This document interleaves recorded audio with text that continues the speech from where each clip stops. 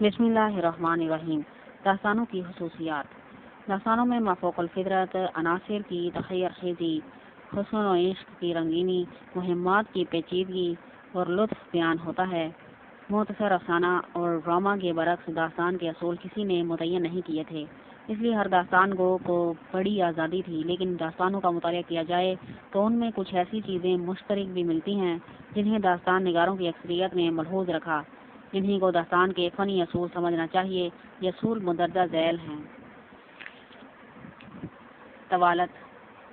داستانیں عام طور پر طویل ہوتی ہیں اور مدت دراز تک قارئین اور سامعین کو مصروف رکھتی ہیں۔ یہ طوالت مہم در مہم، حادثہ در حادثہ، کہانی در کہانی کی وجہ سے پیدا ہوتی ہیں۔ مہم در مہم کی مثال داستان امیر حمزہ کے علاوہ آرائش محفل اور حاتم طائی کے ساتھ سفر اور کہانی در کہانی کی سب سے بڑی مثال الف لیلہ ہے۔ نمبر 2، دلچسپی۔ دلچسپی داستان کی بنیادی خوبی ہے۔ اگر داستان دلچسپ نہ ہو تو وہ مدت تک سامعین اور قارئین کی توجہ جذب نہیں کر سکتی۔ ہماری داستانوں کے قصے اس قدر دلچسپ ہیں کہ سننے اور پڑھنے والے ان میں مہو ہو کر رہ جاتے ہیں۔ نمبر 3، حسن و عشق۔ داستانوں میں ایک اور قدر مشترک حسن و عشق کا عنصر ہے۔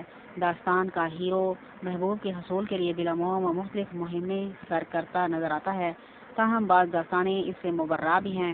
مثلاً الف لیلہ میں سوتے جاگتے کی کہانی میں حسن و عشق کا کوئی ذکر نہیں۔ نمبر 4، مفوق الفطرت عناصر۔ داستانوں میں مفوق الفطرت عناصر کی بھرمار ہوتی ہے۔ جن پریاں اور جادوگر ایسے کارنامے انجام دیتے نظر آتے ہیں جن کی عام زندگی میں مثال نہیں ملتی۔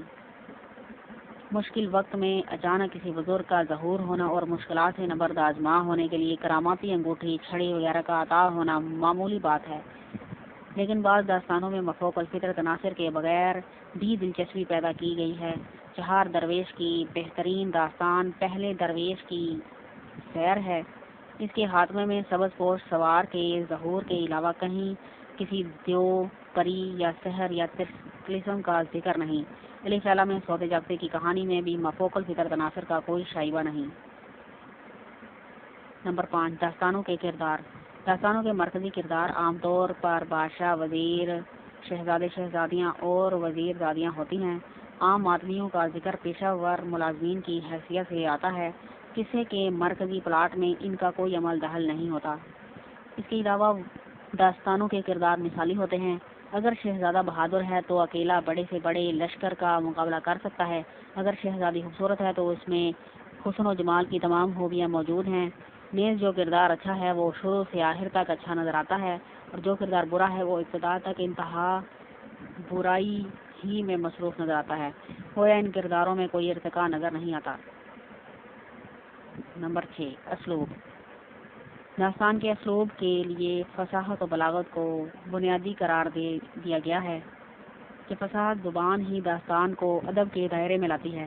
داستان کے لیے سریع الفہم ہونا بھی ضروری ہے تاکہ سننے اور پڑھنے والے کی دلچسپی قائم رہے۔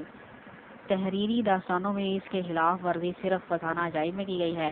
ڈاکٹر گیان چند نے اپنے تحقیقی مقالہ اردو کی نثری داستانوں میں داستان کے مندرجہ بالا فنی اصولوں کے اعادے کے بعد داستان کی یہ تعریف متعین کی ہے: رومانی داستانوں میں ایک خیالی دنیا خیالی واقعات کا بیان ہوتا ہے، اس پر تخیلات کا رنگین قرمزی بادل چھایا رہتا ہے۔ اس میں کوئی فوق فطری مخلوق نہ بھی جلوہ آرا ہو تب بھی اس میں جو واقعات بیان کیے جاتے ہیں وہ حقیقی سے زیادہ تخیلی ہوتے ہیں۔ فوق الفطرت کی تخیر خیزی، حسن و عشق کی رنگینی، مہمات کی پیچیدگی، لطف بیان، انہی عناصر سے داستان عبارت ہے۔ ابو الاعجاز حفیظ صدیقی نے داستان کی تعریف یوں کی ہے کہ داستان کسی خیالی اور مثالی دنیا کی وہ کہانی ہے جو محبت، مہم جوئی اور سحر و طلسم جیسے غیر معمولی عناصر پر مشتمل اور مصنف کے آزاد اور زرخیز تخیل کی تخلیق ہو۔ نیکسٹ لیکچر تک اللہ حافظ۔